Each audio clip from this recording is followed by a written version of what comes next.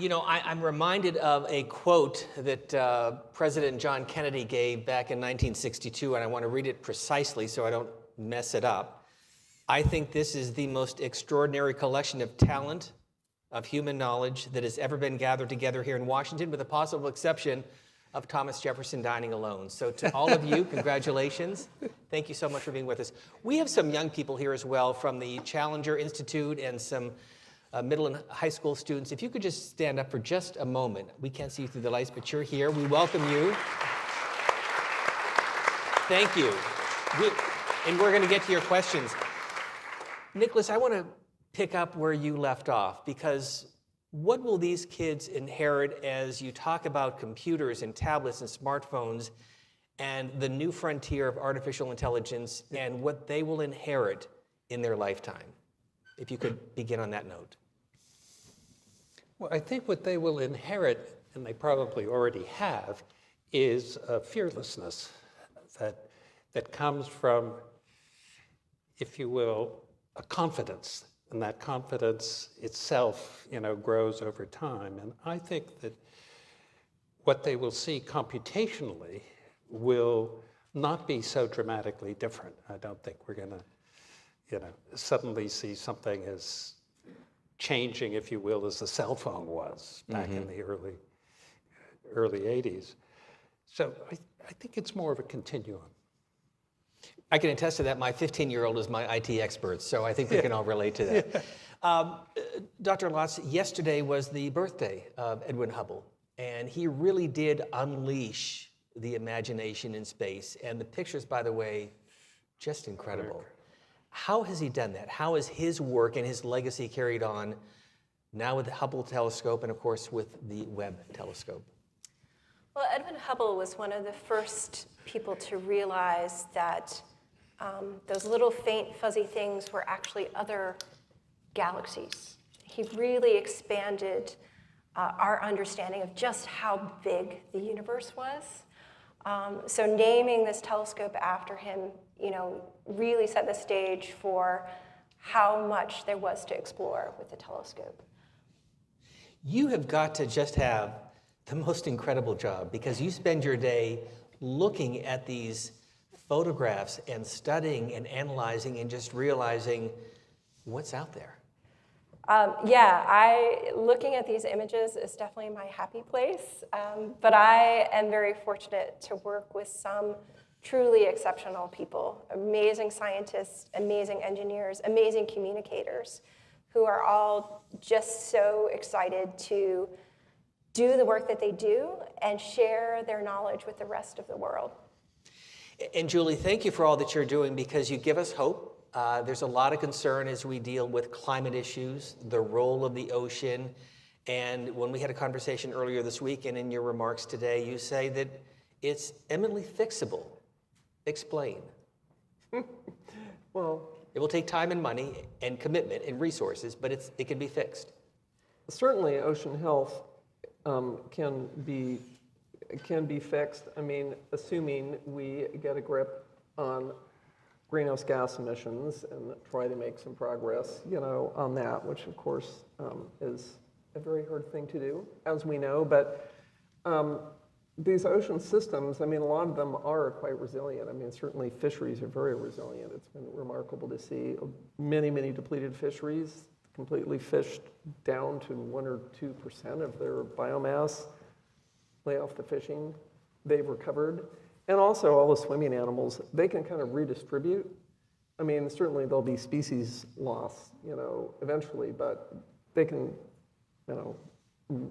redistribute to warmer water or cooler water, So there's just a lot of aspects that are quite resilient. Now, coral reefs, coral bleaching, coral impacts, that's, again, that gets back to warming and climate change. So that's what we need to get a handle on. But in the meantime, I think, the oceans, it's a big set of ecosystems, and they are quite resilient.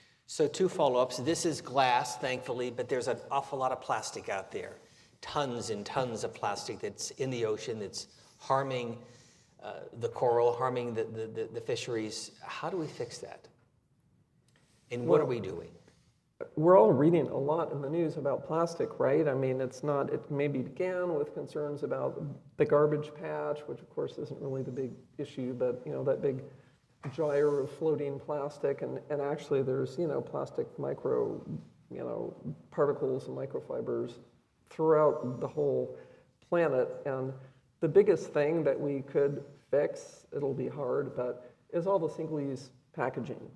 I mean, something like 30% of the plastic produced is used for that purposes. Obviously, plastic's an amazing substance. We need it for biomedical. We need it for a whole lot of things. But we have a lot of single-use plastic that we need to get rid of. And we need to create, in California, we passed a law recently that essentially is an extended producer responsibility law. It's making all the purveyors of things packaged in single-use plastic responsible for their recycling and disposal. And so it's going to be complicated to implement, but those are the systems. Instead of having the public having to bear the cost of disposing of all the single-use plastic, the producers of it need to be responsible for it. And then you talk about the climate. The Earth is getting warmer.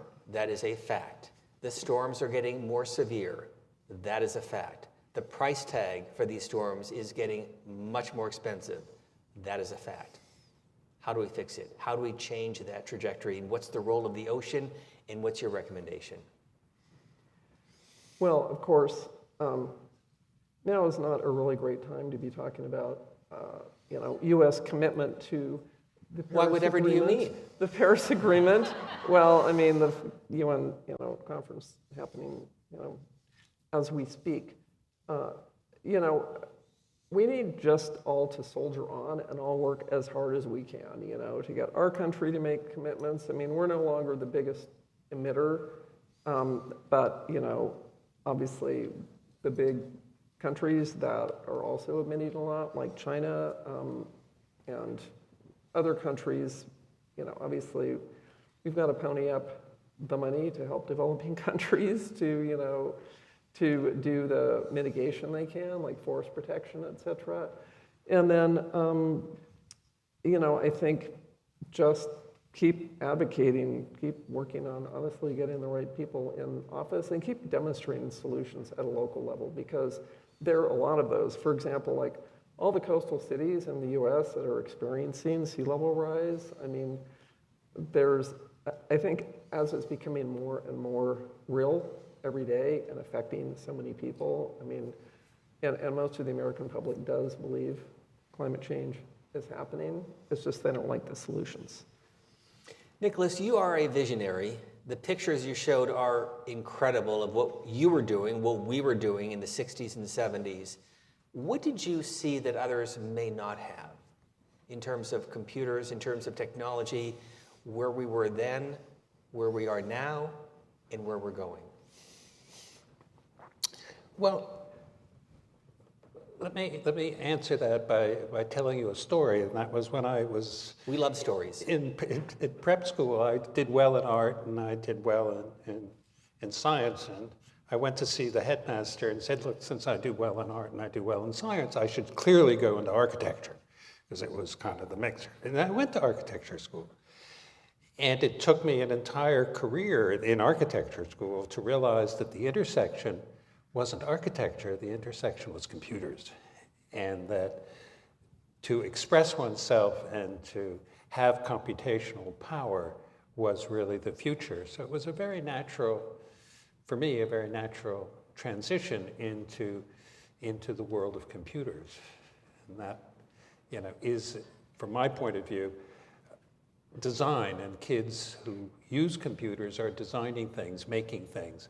And something that's very special about computer programming, and we don't think about it this way, is that it's the closest you can get, writing a computer program, to thinking about thinking. I mean, we really don't have anything much closer. And when you write a program and it doesn't work, you have to debug it. And how do you debug it? Is you look at the behavior of the program and you say, what made it do that, and how do I make it do something different? And you don't have to tell kids explicitly, look, that's what you're doing. That's what learning is. It's debugging. And so the transition, at least for me, was very simple and very direct. You know, one of my favorite cartoons growing up was the Jetsons. And this is the Jetson age that we're living in so many different levels, because the technology that they had in the 60s in that very enjoyable cartoon is part of our lives today, except we don't have space and sprockets. So I want to read a quote to you and get your thoughts about the work that you're doing, because this is, of course, from Arthur Clarke. Information is not knowledge, knowledge is not wisdom, and wisdom is not foresight. Each grows out of the other. We need them all. So in the work that you're doing, how does that all come together? You know, astronomers are a strange bunch. We can't do experiments. We only can observe the light that comes from the universe. And so we're constantly thinking, well, how is what we see biased? What are we missing? What can't we see? How is it that when we look in one wavelength, maybe we're not seeing things that are happening in another wavelength? So it's not enough to take the image. You have to understand what you're seeing in that image, and you have to understand what you're missing, right? So you have to think about the whole system. So what's out there? I mean, what don't we know? Well, the universe is infinite. There are more galaxies in the universe than there are stars in our galaxy, more than there are grains of sand on the beaches, right? So what we see when we look in these deep images, because the speed of light is finite, we're looking back in time. We're only seeing what is possible for have reached the planet Earth to be observed with our telescopes. The new telescope that's going to be launched by NASA in 2 years is designed to have a much bigger field of view than Hubble or Webb. It's going to see billions of stars and millions of galaxies. It will detect thousands of planets, right? One of the most exciting questions that we are on the precipice of being able to answer in a rigorous scientific way is whether or not there is an Earth 2.0, whether or not there are signatures of life on other planets. In the last 20 years, we have discovered over 5,000 other planets. We know just from statistics that probably every star has other planets around it. But those planets are so faint, so hard to see, that it's going to take an incredible next generation leap in technology to really directly image the Earth 2.0 around a sun-like star, and to look for the signatures in their oceans, in their atmospheres, that would be like what we see on our own planet. And I realize this is a simplistic question, but if there is an Earth 2.0 and we find that out at some point, what do we do with that knowledge? What do we do with that information? and what do the next generation of scientists, your successors, do with all of that? Because it's almost, in our minds, unimaginable to comprehend the work that you're doing. It will be like the next Copernicus revolution. It will be incredible to have made that discovery.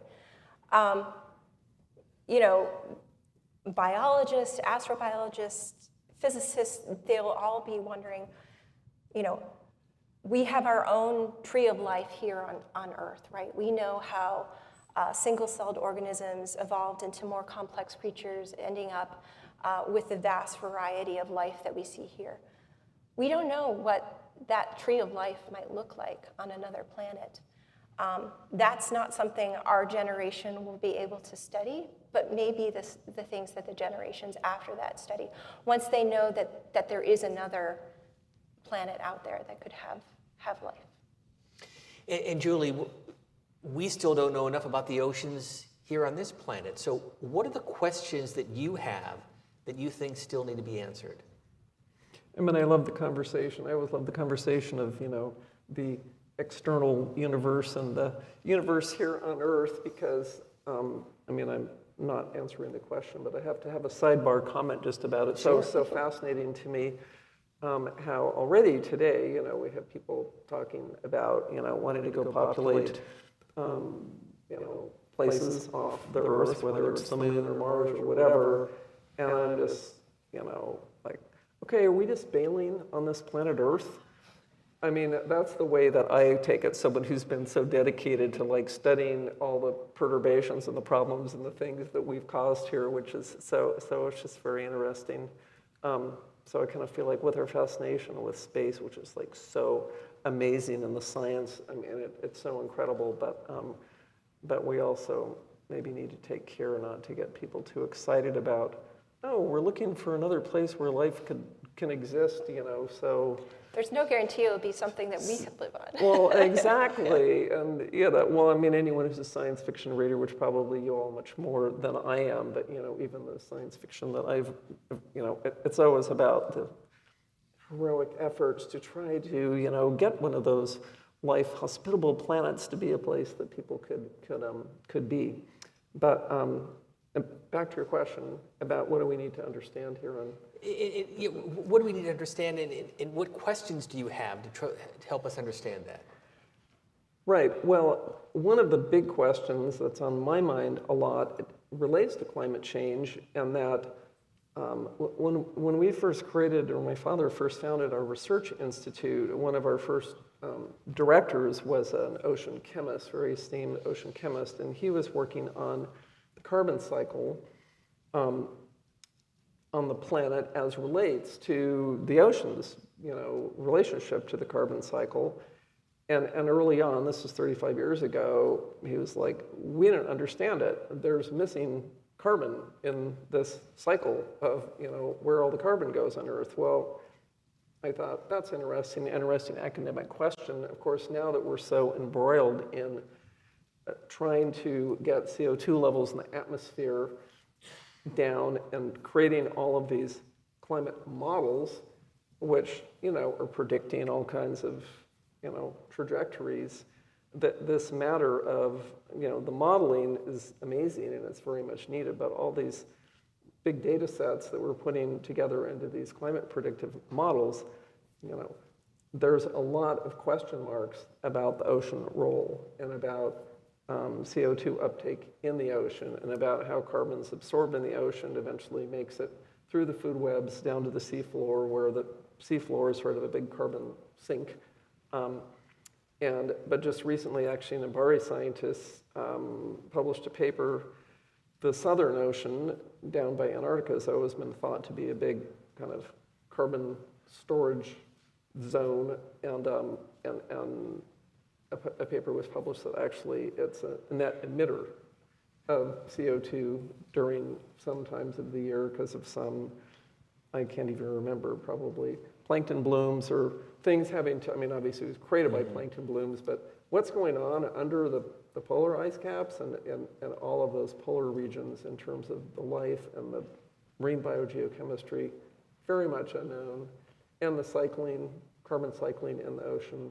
So those are a lot of the things that scientists are studying right now, because that's a big question mark. And also, I guess I'd add on, there are a lot of proposals that are going on now that we realize we're probably not going to reach the 2 degrees C goal. There are a lot of projects going on about sequestering carbon in different ways, and some of those have to do with putting it back into the ocean.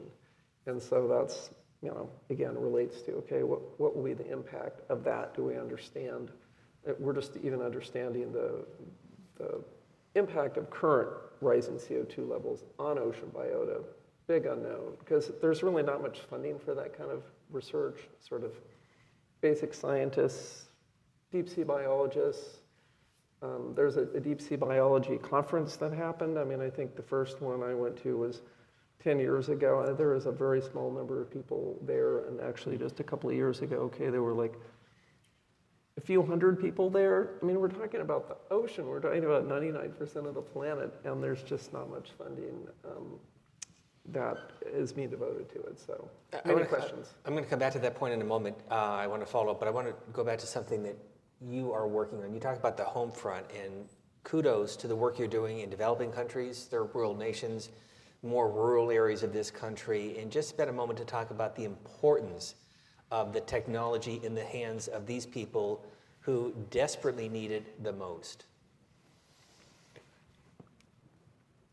Well, whether it's rural United States or it's a developing country is not, from my point of view, that important. What's important is that the children who have that kind of access have control. They have a control that isn't the kind of control you have at school, because at school somebody's, telling you something. It's much more, if you will, they're in their hands, both literally and metaphorically. So in rural areas, since you don't have necessarily the same density of social interaction, it provides, I won't say an alternative, but it provides a way to interact which the kids, and particularly in remote parts of the developing world, don't have. And I've seen it, perhaps the most gratifying moments to me were when kids took, and this happened in a couple of three places, where kids took the laptops home to teach their parents how to read and write. And I thought, wow, that's transformative when the kids take that kind of initiative and can actually change, not only their education, but change their society. I find that very powerful. Thank you, because that's so important. You called this in your remarks the golden age of astronomy. We know why, but pick up on that point, because I thought that was really compelling.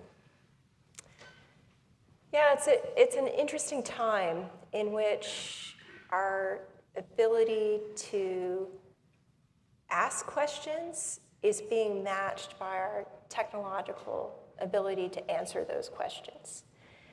I focused on the science and the gorgeous images, but each of these space telescopes is the result of immense investment in our technological infrastructure. There were thousands of people working for 20 years to build the James Webb Space Telescope, to create something that has never been created before. And it's amazing to me that we would do that to try to understand the universe. I mean, that to me is really, really inspirational. And of course, astronomers, when they get a new telescope or new data, they answer some old questions, but they just create new questions, right? We are seeing this incredible demand to use the James Webb Space Telescope because it is so powerful. They have taken the first years of data and they've broken the models, right? And now they need to ask new questions and reimagine what their model of the universe really is. So I think there's no end to that as long as we have the will to continue to invest in this way. And I think, being able to have these resources be open to the public, where the best ideas are the ones that are chosen. One of the things we're really proud of at the Space Telescope Science Institute is that we led the way in having dual anonymous proposals, which means that as proposals come in, the people reviewing the proposals don't see who wrote the proposals. So you truly have to focus on what the best ideas are. And when you do that, I think that the potential is unlimited. I'm going to go back to your earlier point about the challenges moving forward, and I don't want to get involved in politics, but I think there does have to be a public policy commitment to some of the challenges. And part of that, going back to the climate issue, is that we're losing a lot of our glaciers, that the Arctic is losing 10, 15% every decade. That's a real problem. That's the reality of what we're dealing with today, and these young people will be dealing with over the next 50 to 100 years. How come he's asking me all these hard questions? Because you're the expert. Well, I'm not the expert. I know about the problems, but like, that's what's so great about this gather radio. The solutions are so much, so many come back to technology. I mean, absolutely. And, but of course, political will, I think in my remarks where I was saying we found after opening, I always like to say, we thought the hardest part would be recreating a living kelp forest, a whole ecosystem. And actually, when we opened, we realized the most challenging animal in the aquarium is not on the wet side, it's on the dry side, and it's us, and like, why do we continue to do these like completely, nonsensical things, to our lives and to the nature that sustains us. And so, I actually think that, oftentimes the hardest part is really about the inspiration and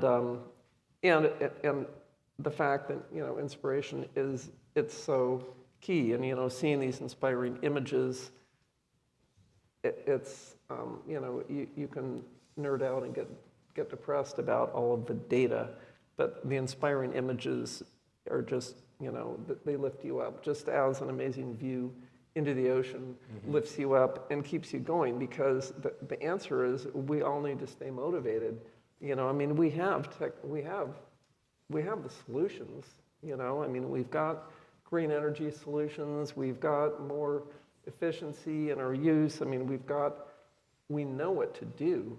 I mean, it's the socioeconomic and political will and politics and, mainly politics, in terms of, and the market, obviously, that, business is, what's driven our success, and that drives so much of the policy decisions that happen in our world, in the developed world, for sure. And so that's where, I think we gotta keep fired up and motivated to demonstrate solutions, because I mean, we have the solutions. So I gave you the hard questions. I'll give you an easy question. I grew up in a very large family. I have 15 brothers and sisters. So I have Rachel Maddow in my family, and I got Bernie Sanders in my family. Okay. So that's how I learned about politics and in our family. You talked about your own dad, your own family, and how they really shaped you. Just spend a moment to talk about that, and I want to ask each one of you, who helped shape your own career. We'll begin with you. Well, that is a very interesting question. I, of course, because I started working in the aquarium with the family when I was pretty young. I mean, I wasn't even 30 years old, and then my dad ended up asking me to be in charge. I mean, clearly, our family massively shaped my career. I'm like a massively privileged person, and like can't believe that I had to have this incredible career leading this aquarium and this team of folks to do amazing things. I'll tell you though, the dinner conversation, my father was Undersecretary of Defense during the Nixon administration, during the draft. I was like 18. So that had to be fun. It was not fun. Because I mean, you wouldn't even try to argue with him. You just always would try to maintain a low profile and hope that he didn't notice you. But if you took him on about something, he would always just. See, today you need to be a Fox News host if you want to be at the Defense Department. But just saying. Yeah. Just a fact. I'm not. In any case, yeah. I mean, he was a Republican, but I mean, he was a whole different animal, a whole different breed. I mean, he was so science-based, so practical, so. He'd be proud of you now. So, well, for sure. But I mean, he built Hewlett-Packard in a work culture there that was really about investing in individuals, giving them a lot of leeway, giving everyone respect. He had huge respect for anyone that crossed his path, and that had zero arrogance, not an arrogant bone in his body, and those kind of qualities, had a big impact on everyone in our family, and I wish that we could see more of those qualities in leaders today. Dr. Lutz, what about you? Who shaped where you are today? Well, my parents were not scientists, but they were very curious and they were very encouraging. So as a kid, I would watch Carl Sagan's Cosmos with my dad. I remember being like 7, 8, right? And that we both just totally What is geeked it, out. billions and billions. The billions and billions, billions, right? yes. And my mother just always believed I could do whatever I wanted, right? And then I was very fortunate along the way to find mentors, both women and men, who were willing to champion for me and to just help me stay on the path to do what I really wanted to do. And what about you, Nicholas? Well, I came from a very privileged and wonderful family, but the most powerful ideas that I learned were from a man named Jerry Wiesner, who was the president of MIT when I was a young professor.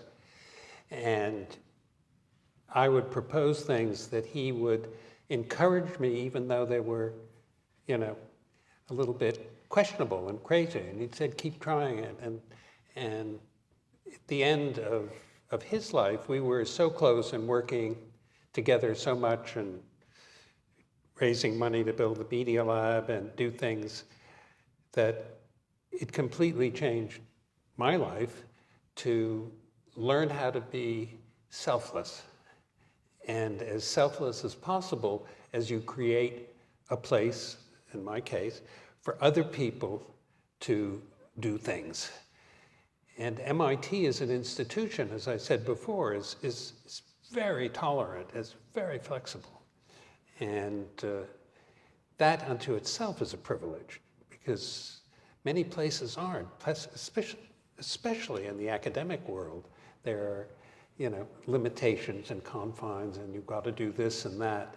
And the kind of freedom I enjoyed is, as I said, the kind of freedom I tried to give to others. And yet with all this technology, which is a godsend, it's important, it runs our lives, there's also a lot of drawbacks. There's a lot of misinformation and disinformation out there.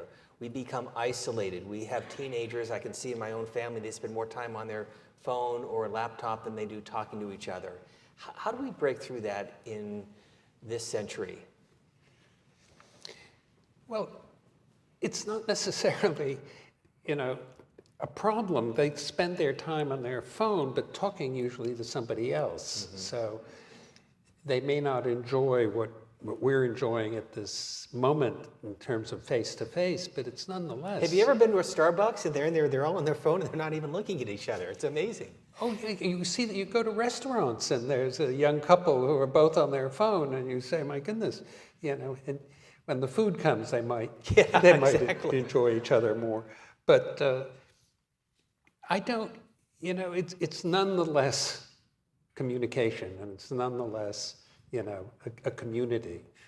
And it's better than nothing at all. And in fact, when you see parts of the world where kids didn't have any access to having some, and to having eventually some pretty good, it just changed the country. There's some countries, I'll point to Rwanda, I'll point to other countries, that it really affected the development of that country.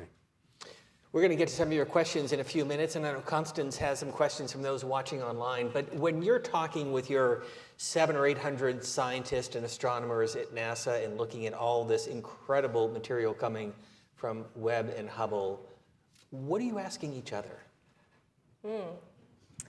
All kinds of things. We're asking, do we believe the data? It's very easy to be fooled, right? The data is not perfect. What we're trying to observe is often faint and hard to extract. So that's sort of the first thing. Do we actually believe what we're seeing? The next thing is, what does it mean, right?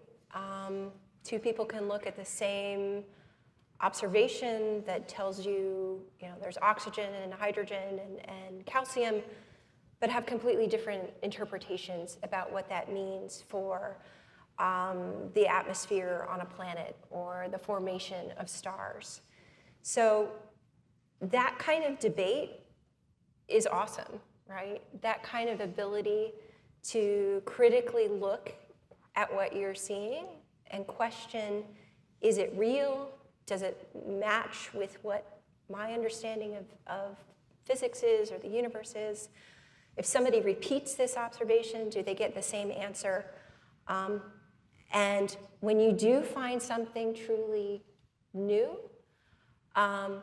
it has to be really well supported and be repeatable.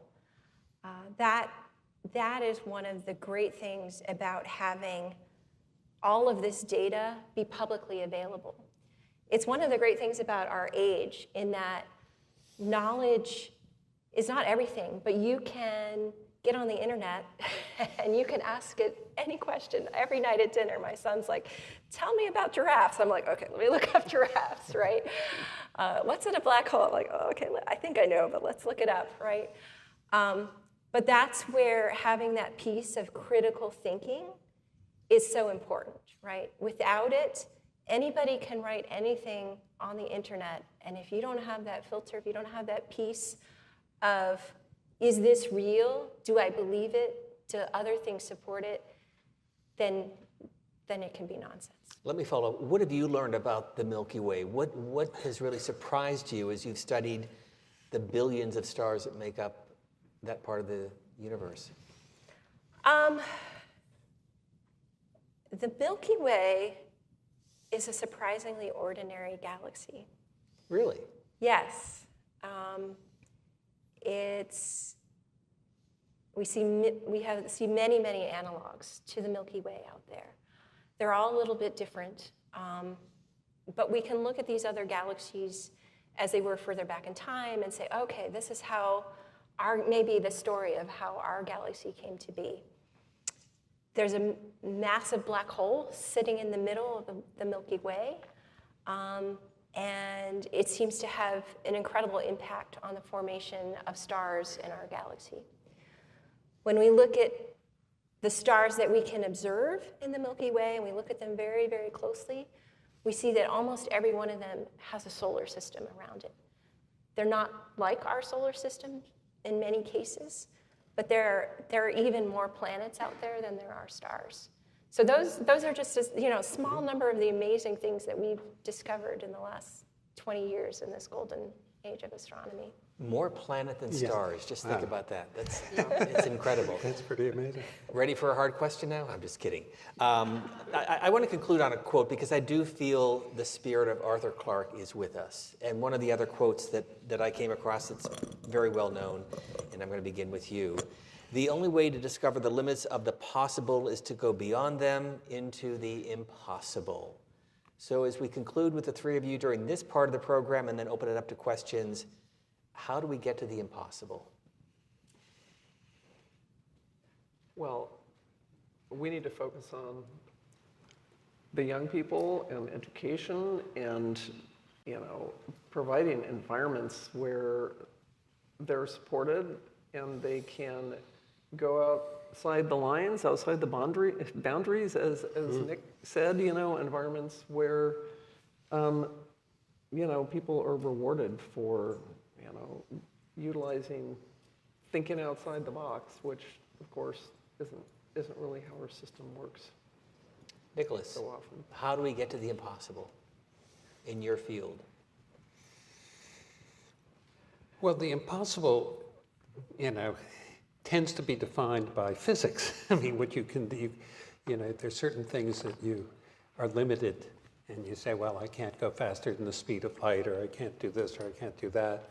But otherwise, there are very few limitations.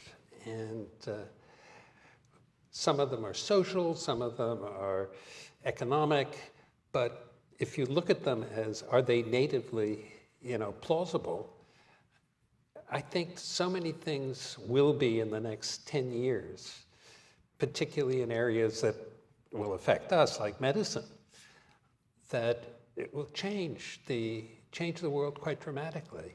For instance, a world without disease. Is that possible? Is it plausible? I think it is. It is plausible. And that's the kind of challenges I would make to younger people. Which makes this such an incredible time to be alive. Yes. Dr. Lotz, how do we get to the impossible? Well, By the way, what did you learn about the giraffe? I meant to ask you that. How do giraffes sleep? How do giraffes sleep? NASA does the impossible every day, and we've been very fortunate at Space Telescope to be along for the ride. With smart people and the will, you can do almost anything. But it's keeping up that momentum and having the will to see it through. It is such an honor. I feel as if I'm in the presence of greatness. Each one of you with what you're doing is just absolutely amazing, and it's changing our lives. It has changed our lives. And so let's get to some of your questions, and we're going to begin with some of the young people. I know that there's a microphone moving around, so if you want to stand up and ask your question, if you could just introduce yourself and then direct your question to one of our three distinguished guests here on the stage. Thank you. Hi, my name's Will. I'm a junior at Basis. I was wondering, do you think people have become more easily influenced by misinformation? And if so, why? I tell students when I speak to them that the good news is there's more news and information out there than ever before. The bad news is there's more disinformation out there than ever before. So I'm going to direct that to you, Nicholas. Well, by definition, there's going to be more disinformation if there's more information and you have more access. What constitutes disinformation may change. In other words, you may look at something as not plausible today, and then 20 years later, you say, why? Why did we question that? Of course that's possible. So I think it just changes over time. It changes very dramatically. Go ahead, yes. Sorry, it is hard to see with the Hi. lights. Thank you. Molly Sherman, Basis DC. My question, it kind of veers off into the realm of science fiction, but I do believe that, humanity's eventual reality will resemble that of a science fiction novel. We just don't know which one yet. And I think that, I guess the number one most pressing issue facing the future is self-awareness and ambition within artificial intelligence. And my question is, how do we prevent that from occurring? Can I ask you a question first? Yes. How do you use AI in your day-to-day schoolwork? I rarely use AI in schoolwork. However, the new Google AI system is, when you Google a question, oftentimes it will come up with an AI answer linking articles, and it's kind of hard to miss that if that is the first thing that pops up. And then how comfortable are you using that? I think I'm very comfortable using it. I think it's very user-friendly, and it's also the first thing I now see when I Googled many questions, so I'm very comfortable using AI. And it's just beginning. Nicholas, again, we're going to direct this to you. Well, I don't know if it was directly to me, but I would be, careful as to what we consider artificial intelligence. A very dear friend of mine coined the term and sort of founded the field. And what they thought of as intelligence was things like appreciating a joke. If you think about what is a joke? What makes something funny? Why do we appreciate music? These were the kinds of questions that they were asking, but nobody thought that was artificial intelligence or that was that important. Instead, any complex computer program was considered, quote, artificial intelligence. And it's hard for me to admit this, but back then, we thought, wow, the hardest thing will be for a car to drive itself. And yet, you pass these cars that are driving themselves and you say, I wonder if people realize how hard that is. It's a very complex problem. And yet, it was, quote, solved, and we sort of take it for granted. So things that we see naturally today, 20 years ago, were considered, I won't say unimaginable, but really difficult targets. Jennifer, in your remarks, you talked about how the work you do is basically allowing us to rewrite the textbooks when it comes to space and technology. What about AI, and how does that play into it, or does it play into the work you're doing? AI absolutely has a role in the work that we're doing in astronomy. We're dealing with very large numbers of objects in the universe, trying to understand, the needle in the haystack. How do you find the best places to look for the Earth 2.0 out of the billions of stars in our galaxy? How do you analyze images which maybe are faint or fuzzy and detect the features of something that's literally on the edge of the universe using complex image processing techniques? A new way that scientists have been using AI is for the large language learning models, right? Asking, instead of reading through hundreds of scientific papers, asking, please tell me who else has done this experiment, right? One of the things, though, that we're quite worried about is how do you make sure that science as a field remains original, right? When you are asking questions, where's that line between your original thought and a derivation of everything everybody else has thought about? We're worried about this when we receive proposals to use the telescopes to make sure that those are original ideas. But it's an incredibly powerful tool. I think we still need to remember, though, that this is a tool built by humans. So the flaws and the biases that we have are still within AI. And just like as scientists, you have to be aware of what you might not be seeing or what you are biased against. We have to be thinking about that in terms of the way that we are using these tools for the future. And for either one of you, visionaries really like John F. Kennedy. Tomorrow would mark, sadly, the 61st anniversary of his assassination. But he really led the forefront of space technology that allows us to do so much with our smartphones and technology that we have today and the work that you do. Do we have those visionaries today to take us back to the moon, back to the next big project that you think is important for this country? Either one of you. You're smiling. I think there is no shortage of amazing ideas.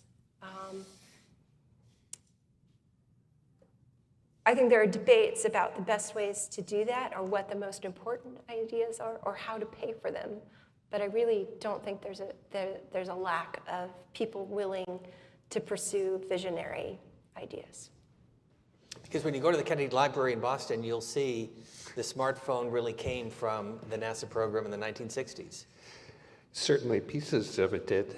I think what's different then was that so many technical boundaries were, if you will, sitting there waiting to be broken. And so many have been broken, and we've made so many advances that in the academic world, we lose a lot of the students, if you will, to industry and starting companies. They don't really want to go into the academic world. Whereas in my era, it was the highest calling. I mean, you would go into the academic world, and that was, that was where, you wanted to be. And I don't blame startup companies, and I don't blame parents for being very proud of their kids who do very well in the startup companies. But we don't have the same, if you will, academic value system that we had back in the 60s. Very interesting. Another question from the audience. If you can just introduce yourself and we'll get to you. Thank you. Hello. Over here? Yes, okay. Thank you all so much for speaking and your wise words and experiences. I'm actually currently a master's student in environmental health at GW, so listening to Julie Packard speak about her work was very inspirational. Thank you. New role model on the shelf. My question for all three of you is all of your work in some capacity encourages people to jump into this world of curiosity, into this world that they may not know, and act on it. So that's, with the computers, with, children in rural countries accessing computers, learning about interconnection.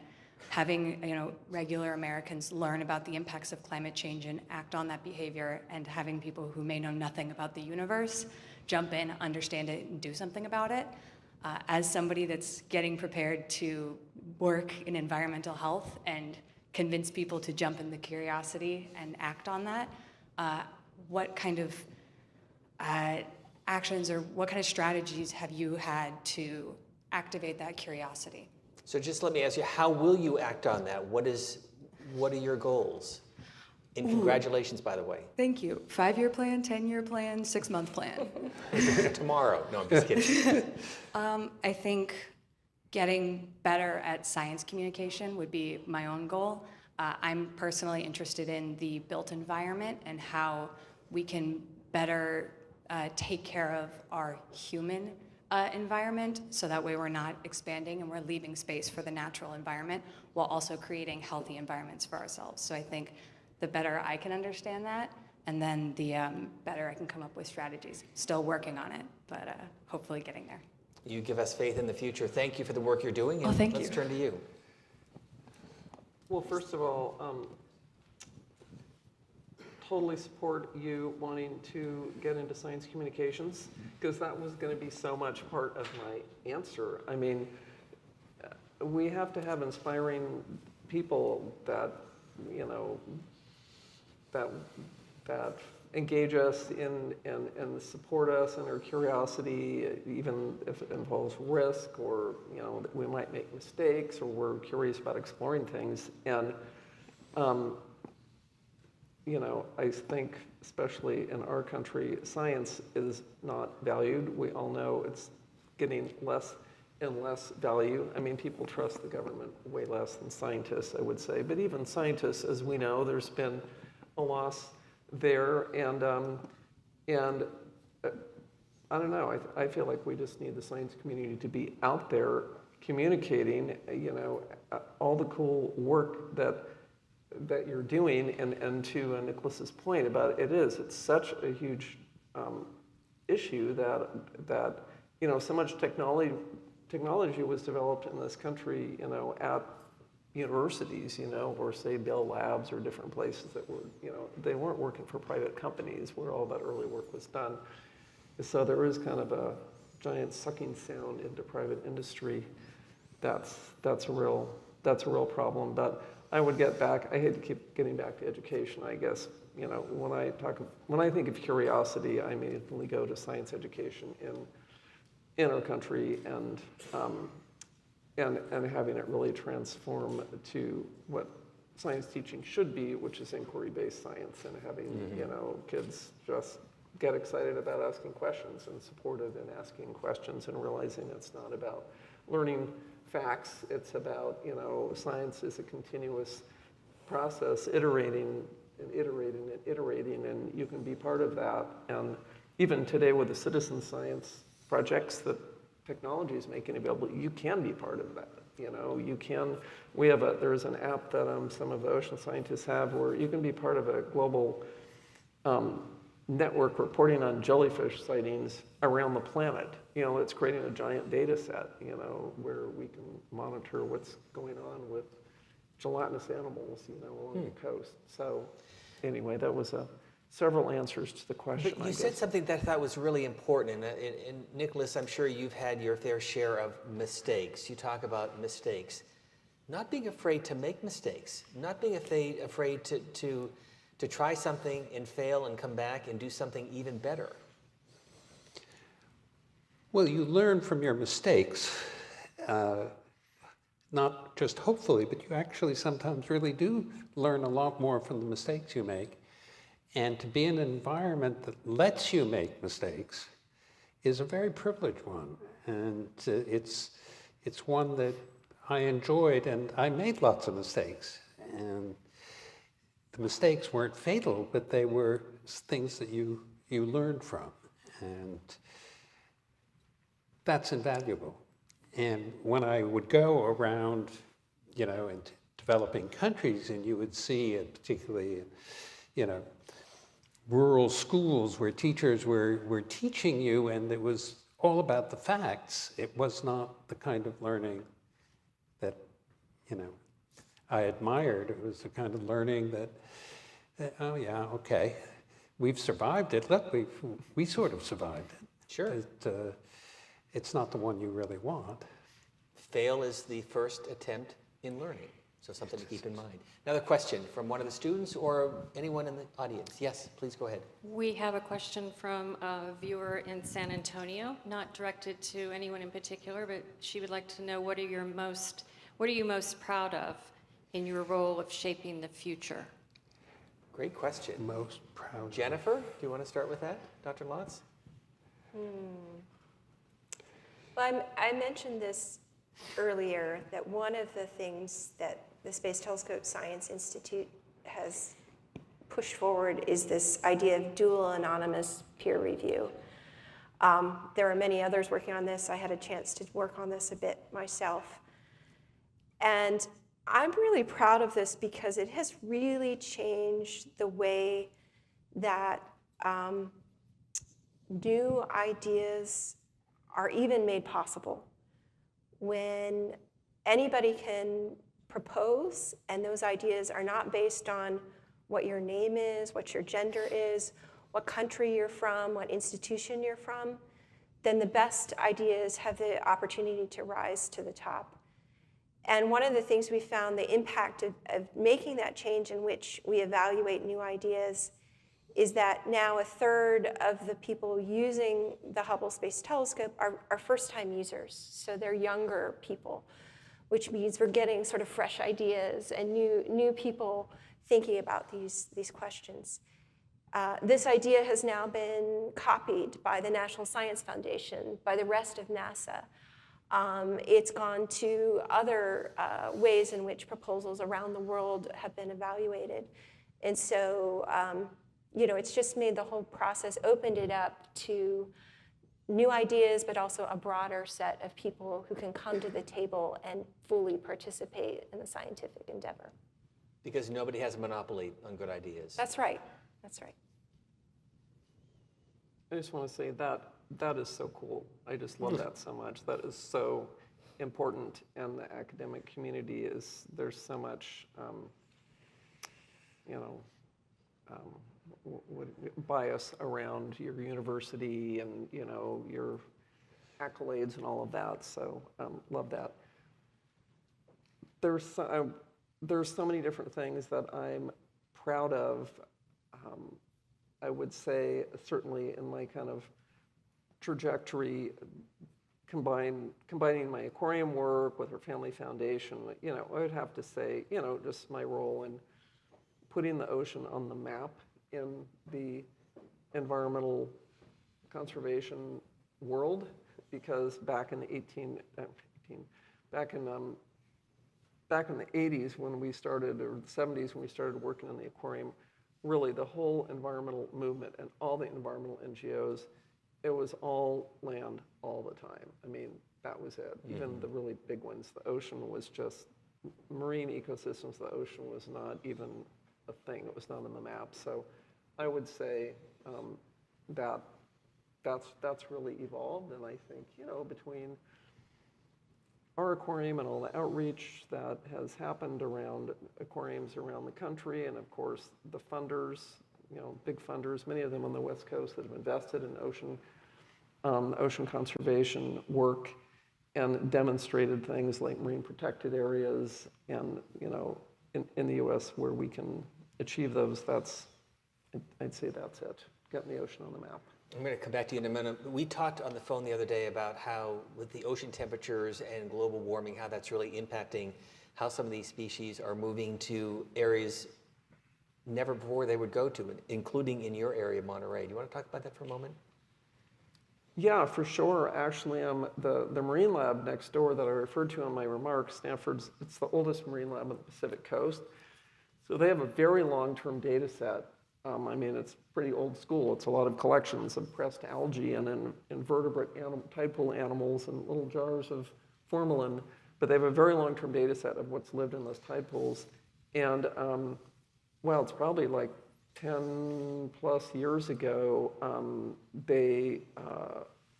one of their scientists published a paper that was looking at the biota living in the tide pools and over time, and there were a number of species that whose ranges were normally much more southerly. That is to say, first time ever seen. There were algae species. Seen some. I mean, the fish can move around, so that's like a little different. In any case, the species that live in the tide pools that are like affixed to the rocks, definitely southern species moving north. And we do a lot of study of white sharks. Juvenile white sharks, which our team kind of helped discover that the young of the year, or I'm still not sure exactly where they're born, but they hang out in Southern California. Water down there is a lot warmer than Monterey. They now, just in the past couple of years, they've started hanging out up, like 600 miles north. Wow. And because our water's warmer. So it's happening all over, and it is very tangible in the ocean. Well, since I've had time to think about it. Sorry. That was all part of the plan. We got off on white sharks, and I know Well, that was a diversion. But it's sort of the goose and the golden eggs. And in some sense, you're asking, which are the golden eggs? And what I'm most proud of is the goose. And I think of the Media Lab as a place where other people could do that. And so I'm most proud of having done that and having built it and against all odds, and it continues today, and it's a recognized institution that continues to do what it does. So that's... Well, if you think of it, though, you have changed the lives of everyone. Well, I've been part of an era that changed the lives of everyone, and I Well, for the hope purpose I of this discussion, contributed we're to giving it. you all the credit. But Yeah, thank you. I'll just take some. Another question, if we have one. Yes, please go ahead. Hi, my name is Megan. First, I just want to say thank you. I really enjoyed listening to all of you talk. My question is for Ms. Packard and Dr. Lotz. So obviously one of the most pressing issues right now is conserving our planet, combating climate change, and researching more about our oceans, while at the same time researching about outer space is very exciting and also very important for us. So my question is, how do you think we can find a balance between these two different areas, and if there could possibly be some crossover in terms of the technology used and the resources?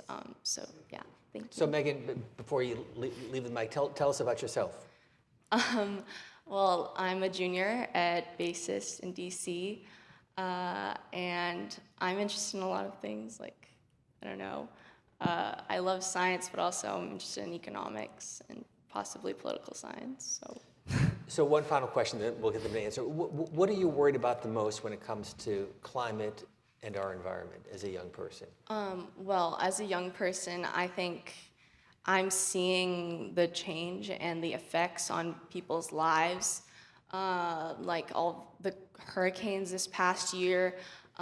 Last summer, I attended this conference in North Carolina, and actually Hurricane Helene completely destroyed that place where that conference was held. So Wow. I'm witnessing the real impacts of climate change, and that is very concerning to me. So I think finding a balance between where we dedicate our resources is something that's really important right now. So you were in Asheville, is that where you were at? Yes, yeah. Jennifer? That's a great question. How do we balance our scientific priorities, the critical questions that we face here on Earth, versus exploring the universe, doing things that are not so tethered to what the immediate needs of humanity are? My first answer is we should do it all, right? If at all possible. But there are definitely technology benefits that can be crossed over for multiple fields. and I'm not going to be able to list them all, but many of the ways in which we study our planet, many of the ways in which we think about image processing or even computer modeling, where is that hurricane going? Many of those techniques are the same kinds of techniques that we use to explore space. And simply investing in these scientific methods, in technology, in computing, can have broad benefits across all of these fields. Can help us explore the stars, but also help us understand what the needs are for protecting our planet. So in our final minute, Megan's point, how do you strike that balance? And I think balance is the key. Balancing the environment, the economy, our day-to-day needs, and a planet that is healthy. You left me with the hardest question again. And you're doing so well. Where I was going with what I think your question was about was sort of the connection of, or the crossovers between Earth and space and ocean, which of course I was going to a practical direction, was robotics. I mean, all the you need, I mean, inner space is alien and really hard to get to, just like outer space, and there are all kinds of crossovers there. But to the question, the harder question, which may have been what you were getting at, I mean, I think we need to like marry the whole ideas of basic and applied science. I mean, being in the science community, we need discovery science to continue to happen because we can't do the applied science to find the solutions without understanding the basic science. So those things really need to happen in parallel. But I also believe we need to get to where the community, the science community, the government, the public, really respects I guess what I would call the conservation science, which, you know, applied science has always been kind of considered a lower life form. You know, it's not respected in the science community, and we need to be getting the most brilliant people working not just on the discovery science, but also on the science that's around solution science. Like, oh, we really need to dig into, like, where are there corals that exist that appear to be genetically adapted to living at higher temperatures? Those exist. A lot of people are working on them. Wow, how could we grow them? How could we populate them at a bigger scale? There's a lot of, you know, remediation for the harm that we've done, and also, you know, climate change solutions, ways to help the ocean and land be resilient. That needs, you know, really fascinating, interesting science to be done.